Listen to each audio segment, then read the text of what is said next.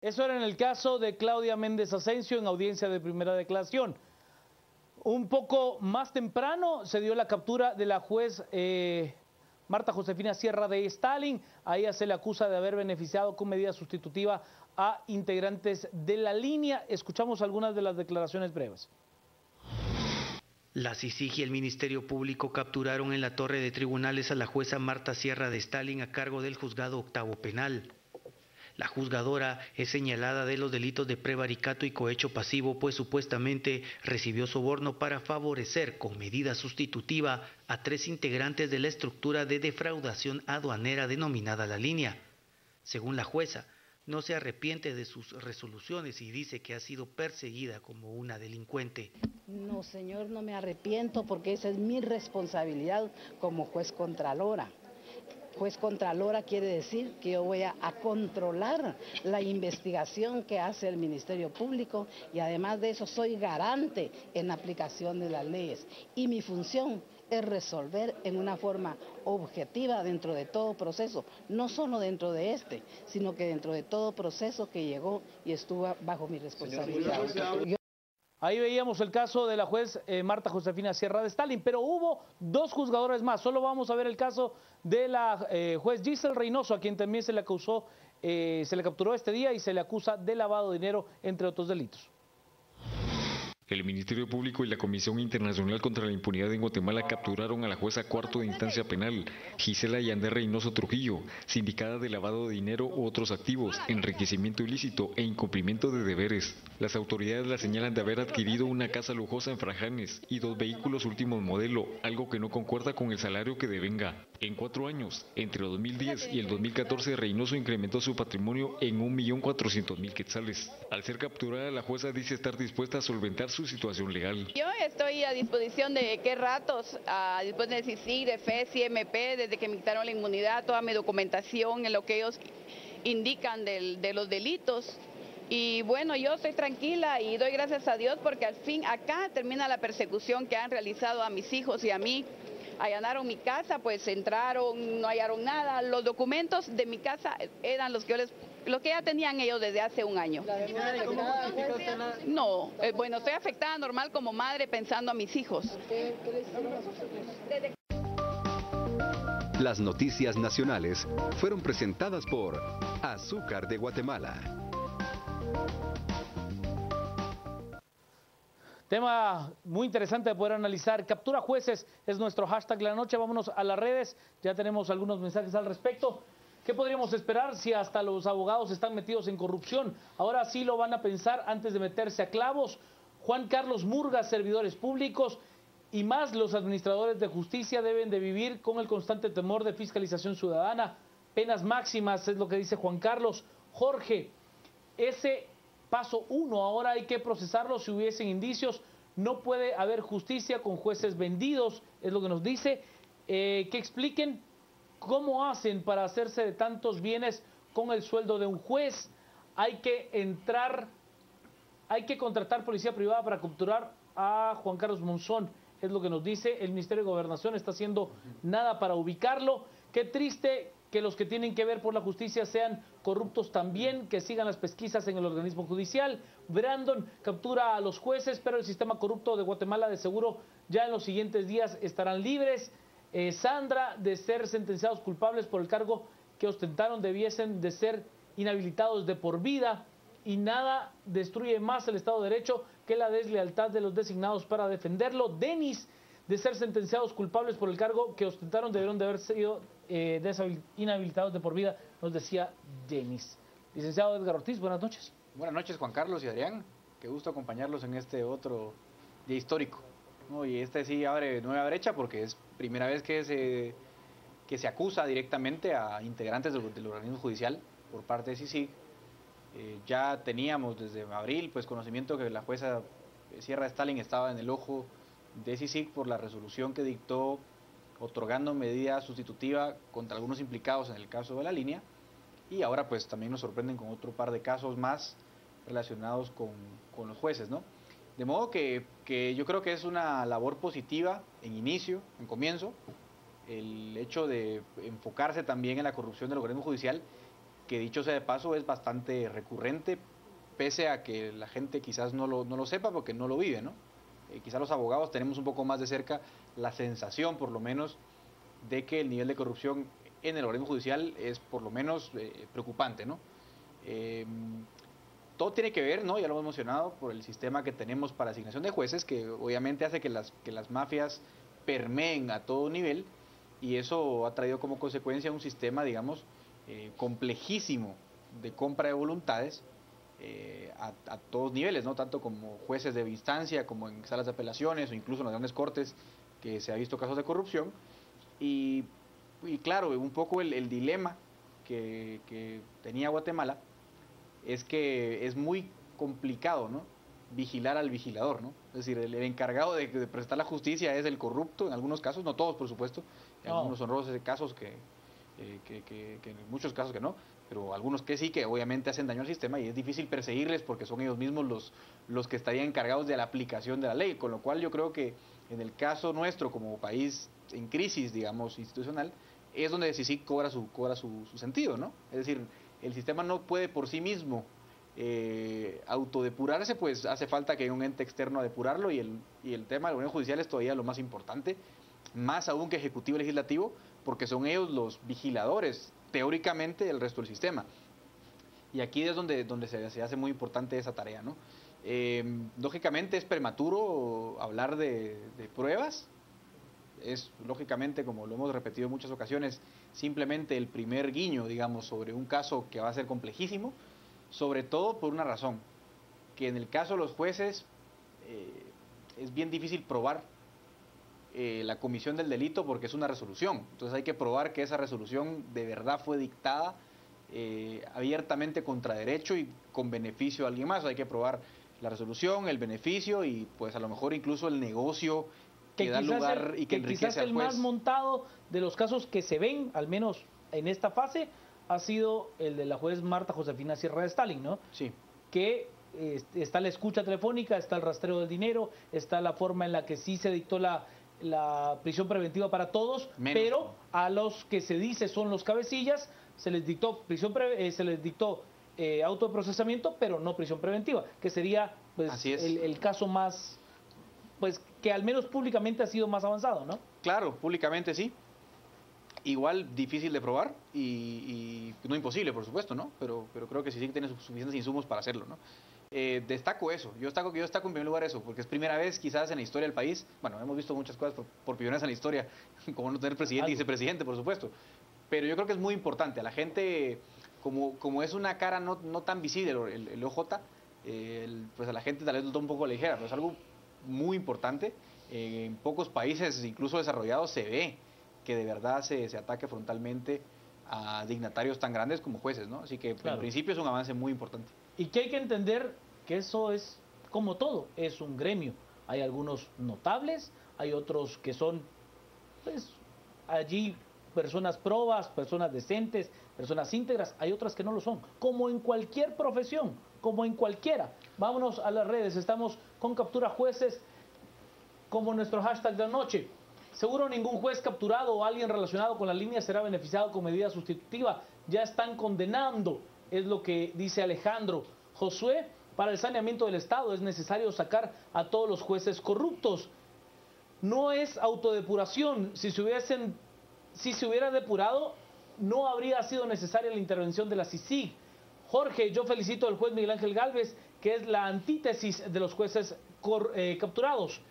Mario nos dice, si acaso hubo flagrancia con el juez del Quiché, ¿cómo la determinaron? Los jueces no deberían de tener trabajos extras porque esa es la excusa de sus otros ingresos.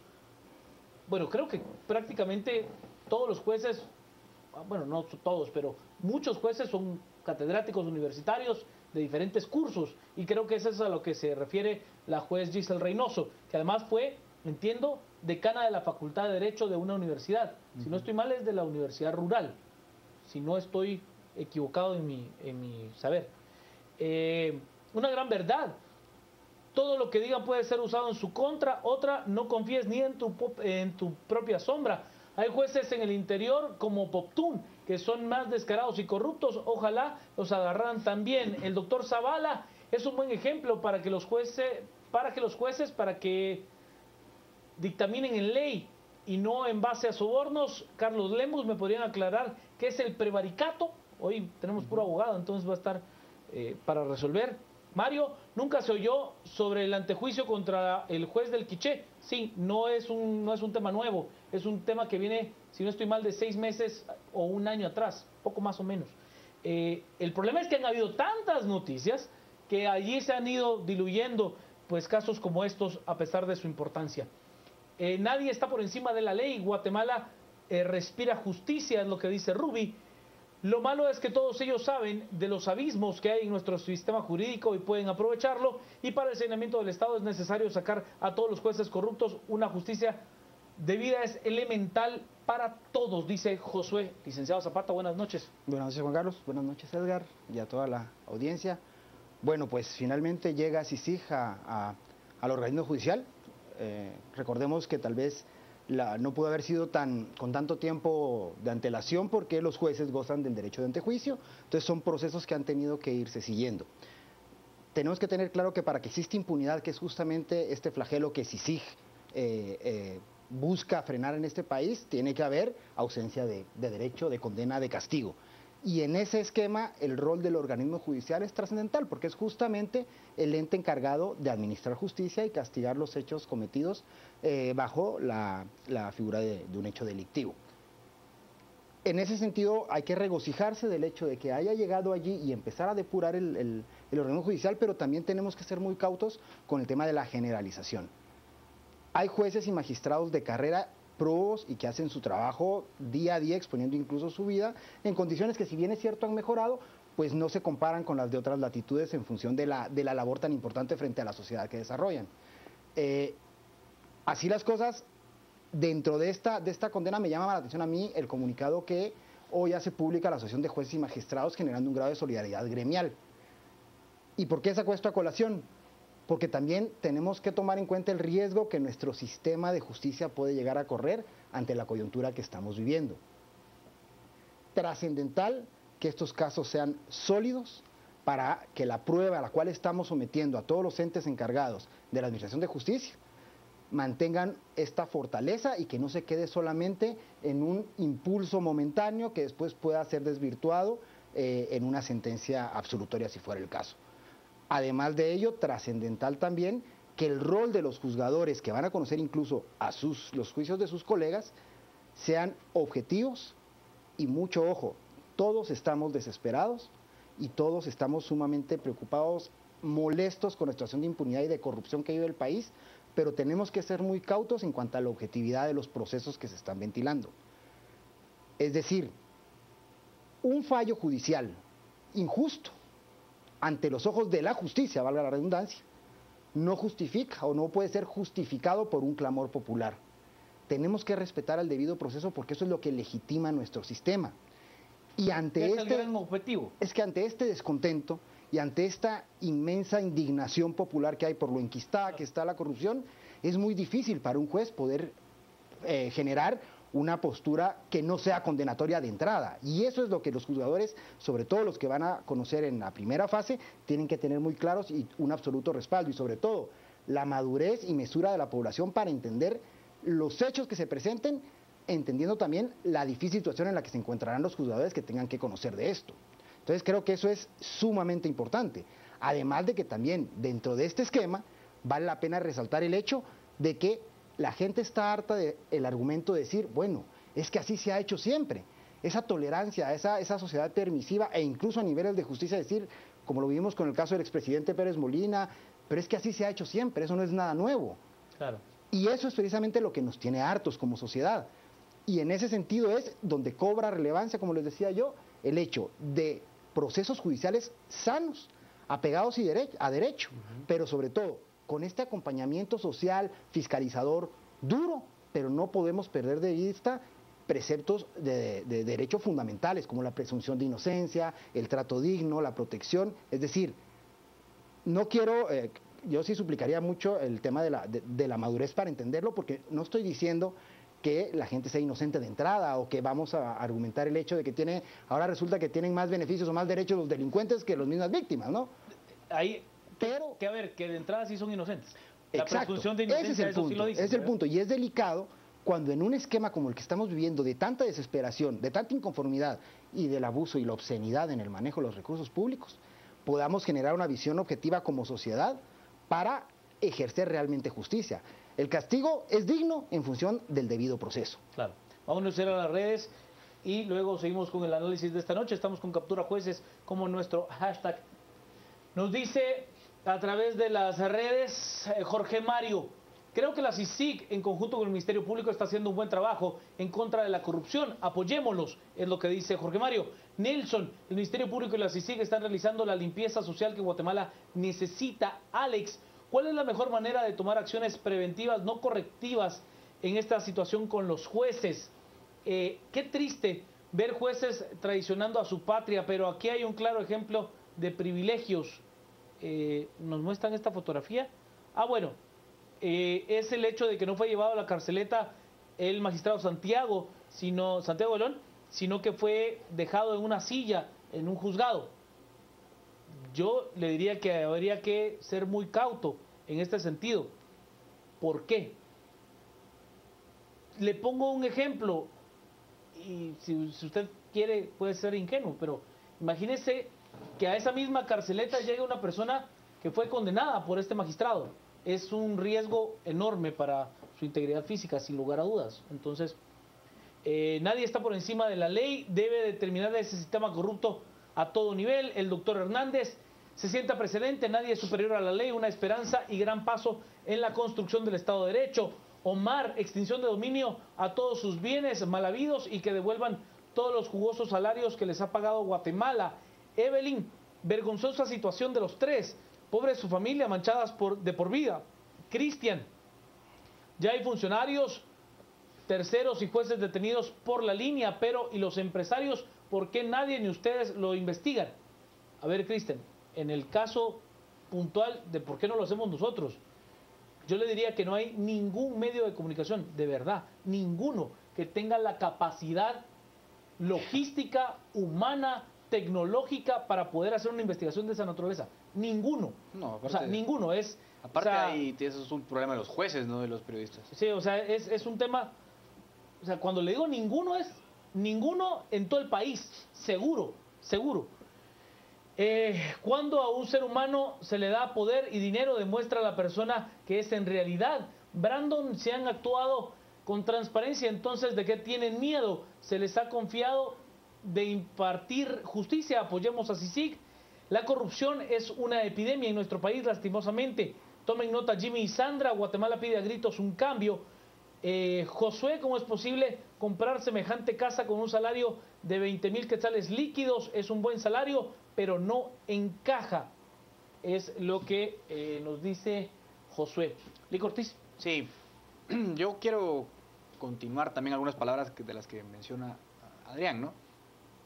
Y creo que es en este caso especialmente importante que las pruebas sean muy contundentes para la acusación, porque si hay algo importante que depurar es el organismo judicial.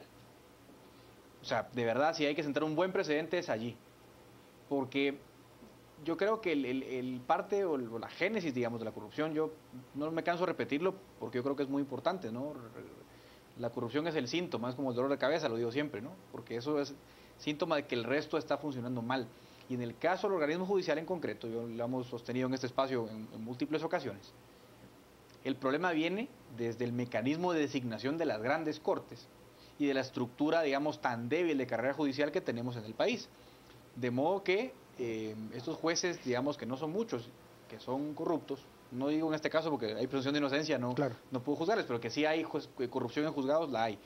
En este caso esperemos que si hay pruebas se dicte la sentencia que corresponde. Lo que estoy diciendo es, el propio sistema es perverso, porque los buenos jueces tienen muy pocas chances de subir en un sistema en el cual, digamos, las mafias están permeadas, designando a las cortes, presionando por designar a sus jueces desde arriba. Esas cortes grandes son las que designan a los jueces de abajo y lógicamente los jueces que cooperan O los mueven, ¿no? o los mueven, bueno, los que cooperan los suben y a los que no los mueven, ¿no? Entonces el buen juez queda como castigado y el mal juez, digamos, si es que la corte de arriba es mala, digamos, entre comillas, tiene siempre la ventaja de subir. Entonces habrá muchos jueces que incluso nos estarán viendo probablemente que saben, ¿no?, que el mérito es difícil demostrarlo en un sistema en el que la carrera judicial básicamente no existe y es a completa discreción de las cortes superiores. Por eso digo que es tan importante hoy sentar un primer precedente y darle escarmiento, si es el caso, a los que son corruptos en el sistema para empezar a depurarlo desde abajo y empezar a demostrar que esto no es un juego, pero también a sentar las bases de una conversación que tenemos que tener seriamente como guatemaltecos acerca del futuro de la carrera judicial que queremos para el país, porque no podemos meter a la cárcel a 10 jueces hoy y a otros 10 jueces en un año. Obviamente es un disuasivo el hecho de que hoy podamos juzgar a un juez corrupto, pero eso no va a acabar con la corrupción en el Poder Judicial. Sí. O sea, aquí haría falta una conversación bastante más profunda acerca del tipo de reglas que queremos. Por ejemplo, la temporalidad de los jueces, las remuneraciones, los sistemas de ascensos, los sistemas de sanciones que ellos tengan, ¿no? La capacitación. La capacitación, o cómo ponderamos la capacitación que ellos mismos tienen en su ámbito particular. Esos temas son bastante importantes y a ver que abordarlos en algún punto. Recordemos que cuando nuestro amigo Quique hoy dice esto apenas empieza, también de nuestro lado también apenas empieza, porque hay que empezar a plantear un montón de cosas que hoy estamos viendo con toda la claridad del caso que no funcionan y que no están bien en nuestro sistema. Entonces ahí yo creo que tenemos que empezar a componer un poco el pastel y empezarnos a dar cuenta de que todo se empieza a hacer más grande, ¿no? Parecía que eran las aduanas, luego el presidente, luego los diputados, luego los jueces, y estamos viendo que esto es una cuestión que prácticamente abarca el aparato estatal completo. Pero quiero hacer una también aclaración. Sobre todo en épocas en las que se enaltece la famosa idea de la Asamblea Constituyente, ¿no? Eso no tiene nada que ver. Esto es un tema de diseño de leyes concretas, ¿no? Tampoco nos desboquemos y nos vayamos por la tangente. Aquí hay que discutir cosas clave, ¿no? Límites al poder legislativo, límites al poder ejecutivo y sobre todo un diseño apropiado del sistema judicial que nos permita no juzgar a los corruptos, que esa es la fase en la que estamos, empezar, digamos, a premiar al buen juez y atraer al buen abogado a la judicatura. Yo creo que la tragedia más grande de Guatemala es la siguiente. A mí nunca se me olvida, lo he contado tal vez como forma de anécdota en este espacio. Uno de mis grandes tutores es un magistrado en la Argentina y nunca se me olvida que la primera charla que nos da un grupo de abogados, un grupo de estudiantes distinguidos, la primera pregunta que hace su charla es ¿quién quiere ser juez? Y eran teóricamente todos abogados, estudiantes de derecho destacados, ¿no? Y todos todos guatemaltecos nos vemos con cara de nadie. Eso a él le sorprendió mucho. Dice, en Argentina la gente sí quiere ser juez, ¿no? Y el buen abogado viene, el talento viene. Queremos un sistema que traiga el talento, ¿no? No que premie, digamos, la mediocridad o que premie otro tipo de cosas o que disuada al buen juez de continuar en su carrera. Eso yo creo que es lo importante. Que los incentivos sean los correctos, ¿no? Esa es la temática. Vámonos a las redes. Estamos esta noche con Captura Jueces como nuestro hashtag. Desde hace mucho tiempo existen sobornos a jueces, buen ejemplo para que los jueces juzguen de forma imparcial. Nos dice también Eduardo, aunque critiquen, se debe de proteger a los juzgadores porque tienen más riesgo de sufrir violencia. Justicia sí, venganza no. Correcto. Es lo que plantea Eduardo. Julio, ojalá combatan jueces que favorecen por 50, 100 mil a pandilleros, sicarios, extorsionistas por libertad y vuelven al delito. Gilberto nos dice, la captura jueces demuestra que durante años estas personas se han burlado de la ley, en especial del pueblo de Guatemala, como muchos lo hacen. Will, hoy en día Guatemala está dando una lección a varios países que nadie es superior a la ley, esto gracias a personas que aman a Guatemala. Toño, a los jueces corruptos se les debería de aplicar doble castigo por ser los que tendrían que velar por la aplicación de la justicia. Jorge, los jueces deben de ser objetivos, independientes, imparciales y sujetos a la Constitución y a las leyes. Y nos dice, pues nos presenta esta viñeta de el caricaturista Fo, que siempre es recordado en este espacio. Nelson nos dice, Guatemala necesita reforma estatal y política de nación para poder crecer en todas las áreas débiles. Mario, aquí siguen irrespetando abiertamente la presunción de inocencia, es lo que dice Mario. Detrás de cada gran fortuna hay un delito. Pues yo no estaría tan claro. Creo que hay gente que ha hecho fortunas a base de su trabajo, de una gran idea, del trabajo de sus padres, por ejemplo.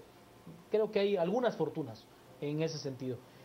¿Y cómo nos autodepuramos el sistema? Eventualmente la CICIG deberá de irse. Ese es el gran reto de CICIG. Ese es el gran reto de CICIG. Que cuando CICIG se vaya, el sistema, ¿sí?, nosotros, los guatemaltecos, tengamos la capacidad de poder enfrentar los retos que los males del sistema nos presenten. Lic Zapata. Sí, yo coincido. Creo que el éxito de CICIG es su extinción. O sea, CICIG cumplirá su función cuando sea innecesaria. Sí, y ese es el mayor éxito. Ya es puede decir, solito. Es correcto. Ahora, yo sí quiero retomar algunas ideas porque, ojo con el tema de la polarización ante estos procesos judiciales, que es lo que yo refería en mi intervención anterior, que hay que ser muy cauto. Porque también es delicado la responsabilidad que está en cabeza de algunos juzgadores, como el juez Gálvez, que está siendo sujeto a prueba, a escrutinio social, y que ante toda esta presión puede haber un grado de, pues no quiero decir temor, pero sí algún grado de incertidumbre profesional, a pesar de que ha mostrado objetividad y demás. Pero veamos, ¿qué pasa con los criterios judiciales en casos donde los señalados son funcionarios de alto nivel? ¿Realmente los tratos han sido iguales? Voy a hablar de casos concretos. El tema de las juezas que hoy son enviadas a Matamoros versus el tema de la exintendente de aduanas que estuvo 8 días en la carceleta. ¿Bajo qué criterios? Ojo, no estoy haciendo ninguna defensa. Hoy por hoy, las 3 personas que estoy mencionando ahorita son inocentes. Claro. Estamos evaluando indicios. Pero ¿cuál es el criterio? Es decir, ¿realmente se toma en cuenta el desvanecimiento? Porque a mí me llamó mucho la atención la defensa que desarrolló durante la audiencia el exintendente de aduanas, que fue abismalmente distinta a la que se desarrolló Otto Pérez o desarrolló la defensa de Roxana Valdetti. Que aceptó preguntas, que presentó estados patrimoniales. Y entonces hay un esquema distinto de defensa, digno de análisis, que a diferencia de otras veces, creo que hoy el juez Gálvez no entró con esa minucia a analizarla. Simplemente quiero entender también que el grado de presión mediática, de presión social, pesa. Reitero que no estoy generando ningún grado de defensa, pero creo que vale la pena que lo analicemos desde afuera y bien en frío. ¿Por qué? Porque bajo ese esquema a mí me llamó mucho la atención en la responsabilidad del juzgador y ante la dinámica. ¿Cuántas veces he escuchado las mismas sesiones telefónicas del licenciado Gálvez? Ya ha estado muy cargado, no quiero pensar en el estrés que maneja, pero por ejemplo hace un llamado a la reflexión a la abogada de la defensa y le dice al final de la audiencia, si mal no recuerdo, que de hecho en los abogados del siglo XXI el tema era presentarle al juzgador no solo el estado patrimonial, sino los informes de la red bancaria, del sistema bancario. Ojo, no perdamos de vista que la inocencia es una presunción, la prueba de la culpabilidad está a cargo del ente acusador. Entonces creo que tenemos que ser muy cautos y no rebalsar al juzgador. Bueno, que eso a excepción ahí hay una inversión a la carga de la prueba que podrá ser sujeto de una discusión aparte. Claro, pero cuando hablamos de un tema de la inocencia, seguramente en estos casos van a haber procesos de extinción. De acuerdo. Hay otro parámetro que también el descontento, este hartazgo que nos tiene indignados, nos ha nublado la vista. Además de la presunción de inocencia, es el tema de que de verdad la prisión preventiva es un hecho, es la excepción, no es la regla. Claro. Insisto en que los indicios son muy fuertes y que sí hay que tener una posición fiscalizadora y señalar, porque estamos cansados de todo esto, pero no podemos perder de vista el esquema jurídico en el que nos tenemos que desarrollar. Pero en el caso, por ejemplo, puntual del juez Miguel Ángel Gálvez, creo que hoy sí hizo una diferenciación muy clara, por ejemplo, al caso tanto de Otto Pérez como de Roxana Valdetti, donde la prisión preventiva la dicta por los dos temas, por la posibilidad de fuga. Hoy le parte. Y hoy le dice, posibilidad de fuga no, pero el alto puesto que usted desempeñaba sí la coloca en una posición de tener el suficiente poder en su momento como para obstruir la investigación. Creo que ahí se hace una diferenciación bien clara en cuanto a los otros dos temas, porque en el caso de Otto Pérez le dice, sí se puede ir y además usted es el presidente de la República. Pero la percepción de mucha gente es, si usted lo vincula en un caso de alto impacto, promovido por CICIG, que esto es delicado. Claro. Usted enfrenta su proceso de indagatoria y olvídese, usted se va a prisión preventiva vinculado a proceso en automático. En automático, no hay un juez que se anime a usted a darle una falta de mérito o una medida sustitutiva. Y eso es delicado porque nos debilita nuestro sistema de justicia. Yo les voy a hacer una pregunta al respecto, Lic. Les voy a hacer una pregunta al respecto relacionada con lo que pasó hoy. Vamos a las redes con captura jueces. Oiga, ya nos tenemos que ir. Ya nos pasamos. Carmen nos dice, y que el trabajo de los jueces sea considerado honorable, efectivamente, es que ese es el deber ser. La dignificación del El deber ser. O sea, un juez debe de ser, en el deber ser, perdón, una de las máximas figuras representativas de la sociedad. Imagínense el título, juzgador. El precedente ya está con las capturas de hoy y ahora esperamos que el debido proceso se aplique y funcione. ¿Cómo no dejarnos? Es lo que dice Armando Mario. Guatemala está canonizando a CICIG y eso es un riesgo. Glow nos plantea: los jueces y magistrados deben de sentirse avergonzados de estos tres personajes en lugar de avalarlos y defendernos. Y Rolando: para depurar al organismo judicial aún falta mucho. Captura jueces, no nos engañemos. Yo creo que nadie se engaña pensando en que este es el paso definitivo de la depuración del sistema judicial. Es demasiado grande como para pensar que con 3 capturas usted ha depurado un sistema que ha funcionado así durante mucho tiempo. Imagínese en el interior de la República, ¿verdad? Claro. Yo les voy a dejar la pregunta, tal vez para que la podamos sintetizar. El precedente del caso del bufete de la impunidad amedrenta jueces. O sea, cuando usted ve a alguien que disuade. Ese es un tema bien interesante, porque estamos hablando de una juzgadora que tiene mucho tiempo dentro del sistema y que, pues a partir de una triangulación de escuchas telefónicas, de también operaciones bancarias y demás, pues se presenta un caso que al menos visualmente, yo no soy juzgador, pero al menos visualmente tiene peso, ¿no? Y ojo, que por cada corrupto hay corruptores. Seguro. Y esto es para los colegas litigantes, es decir, un dulcito, un reloj, invitarlos en Navidad en su convivio y financiarle al juzgado el convivio navideño. Sí.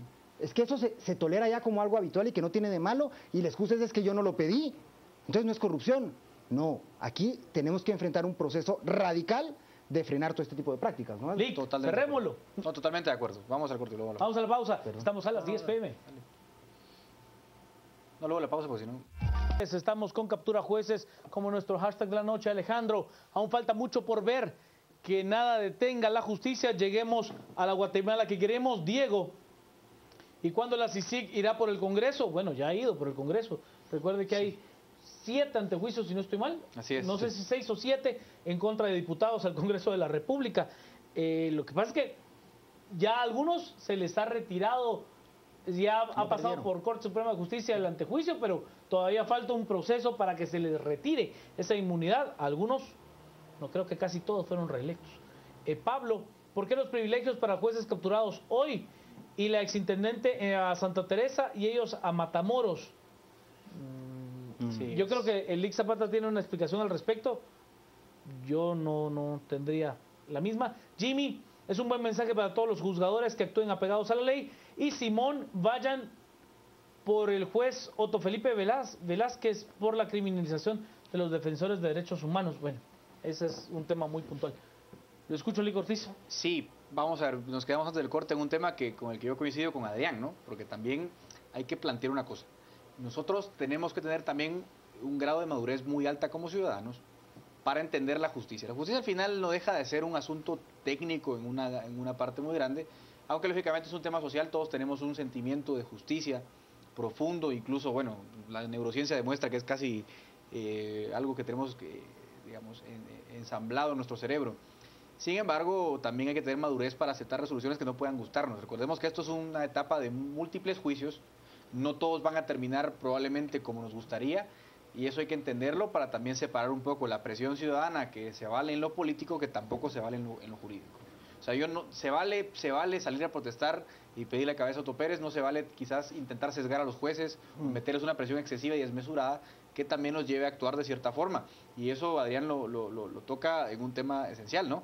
La presunción de inocencia es algo que también estamos dejando un poquito a un lado en estos momentos, porque prácticamente yo creo que ningún juez, es más, si yo fuera juez en este momento, no dictaría una medida sustitutiva, porque sé que es casi una tirarme al cuello o a la opinión pública, y probablemente hasta la CICIG, y podría hacerlo, ¿no? Porque puede tomarse como una barbaridad, pero en los países civilizados la prisión preventiva es un tema ultra excepcional.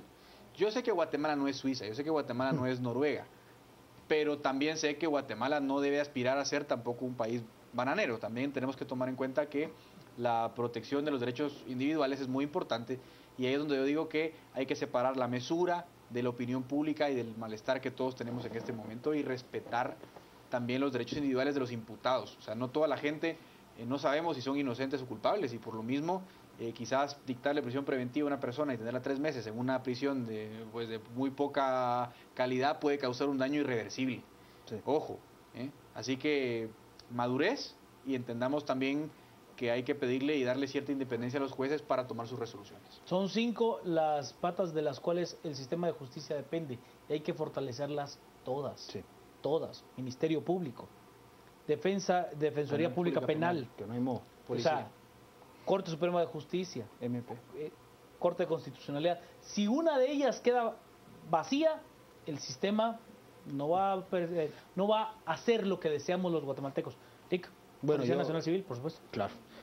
Bueno, yo creo que aquí una gran tarea que es lo que demanda esta crisis y justamente esta alegría que nos da el poder entrarle a este flagelo de corrupción que nos tiene de rodillas y que yo creo que gracias a Dios estamos saliendo.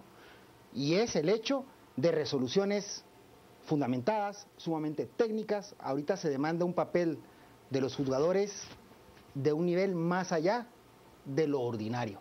Necesitamos fallos y autos razonados, necesitamos el retomar la esencia del derecho desde la judicatura y además investigaciones serias e investigaciones contundentes para formular la persecución desde el Ministerio Público. Creo que esos 2 elementos son los que finalmente brindan la certeza necesaria para que la ecuación se nivele y logremos tener, lo que yo refería desde el principio, procesos sanos, castigos justos y la depuración de la podredumbre en la que estamos por la corrupción. Al sistema. Vámonos al resumen.